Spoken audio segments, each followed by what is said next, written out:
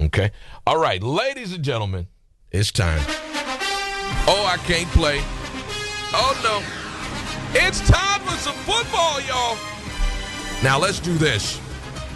The Jacksonville Jaguars are playing tomorrow. It's going to be a great game up against Oakland Raiders. Coming home, the former coach. It's a big game. It's hard to get tickets, but I got to talk to my girl.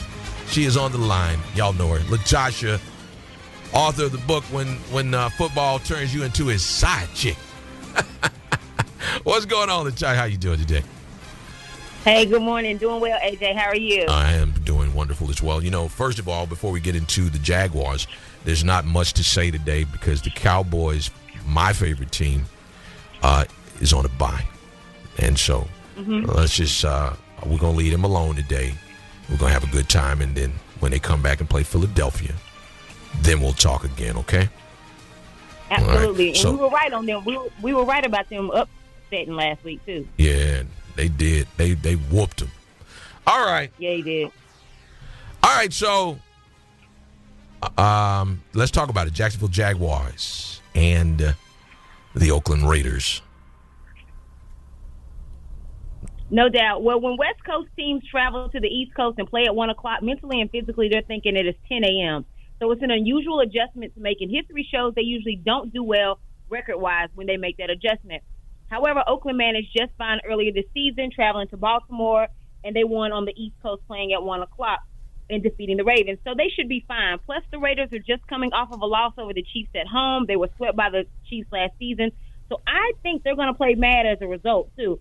Now, Jacksonville is coming off of a huge come-from-behind road win versus the Bears last week, and they should keep that momentum going, especially due to the fact that they're playing against an Oakland team who is dead last in pass defense, surrendering 319 yards a game. Yeah, 319.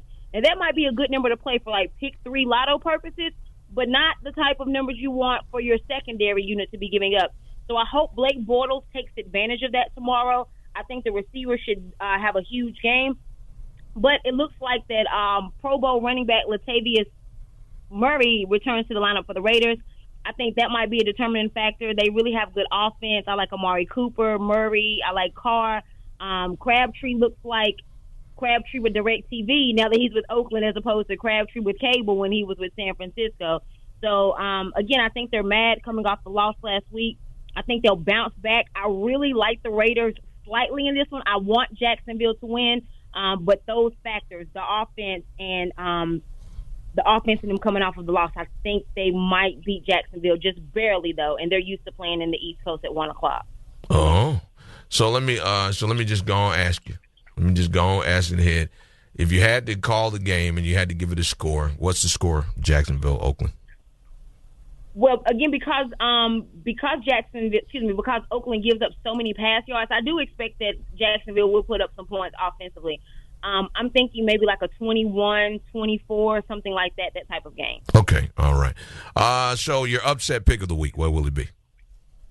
My upset pick of the week, I'm actually looking at a couple of different ones. I like San Diego and Atlanta. This is a time of year where Atlanta starts to fold. We saw the first sign of that last week as Atlanta gave up a fourth-quarter lead to Seattle. San Diego's no stranger to that either, as 4 out of their 6 games they've led going into the fourth quarter, but they've only won 2 of those, as indicated with their 2-4 record. But, you know, a penalty here or there cost them a game, a muff field goal attempt. But so they could have some reverse fate as a result. But Atlanta has actually been on the receiving end of nail biters, and their record is better. They won more close games, and San Diego has lost them.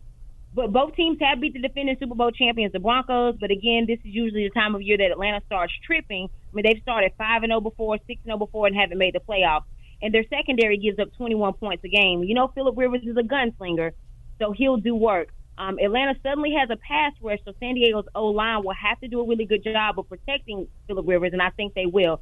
You know, Rivers is a guy with a killer instinct. Every week they've lost key components to their team, Keenan Allen, Danny Woodhead, Manti Te'o, and he just never gives up. So I expect the same moxie in the Dome Sunday, and for him to take advantage of such a friendly secondary in this game. The Chargers have also had 3 extra days to prepare for this game. They haven't played since last Thursday, so I think it'll be a shootout, and the Chargers win a close one on the road. And the second upset, I'm kind of torn here. I like the Ravens. I like the Jets over the Ravens, and I like Tampa over the 49ers. These two teams, the Ravens and Jets, they've lost 7 straight games collectively. 3 for Baltimore, 4 for the Jets. Yeah, 3 for Baltimore, 4 for the Jets. But I think that the Jets will snap their losing streak. Starting Geno Smith. Brandon Marshall has installed a lot of confidence. He believes in him. I mean, he was about to kill Ryan Fitzpatrick last week on the sideline. So I think Brandon Marshall will help Geno Smith as well. He brings a different presence to the offense, more mobility.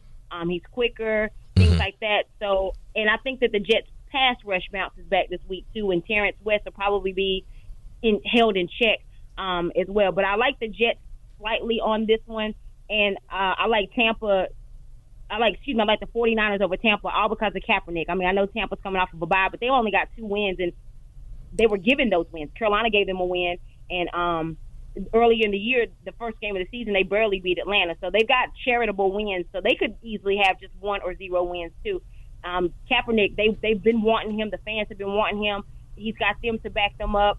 And even though they have the worst run defense, Doug Martin's not playing tomorrow, so that's a disadvantage for Tampa. And again, I like Kaepernick to do well in this game and them to have the upset. All right, well, we sure thank you for this, LaTasha. How can people get in contact with you, like this lady that knows sports so well? What in the world? Like, go ahead. How can they reach you?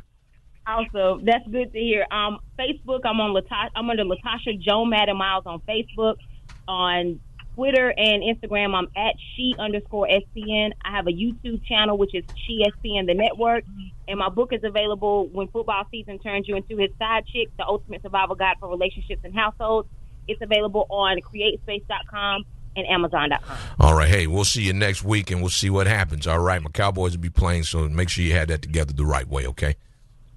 I sure will. All right. Go Jacksonville Jaguars. Y'all, I bet you better have your ticket, because if you don't, you probably ain't going to get to that game. It's a hot one this Sunday.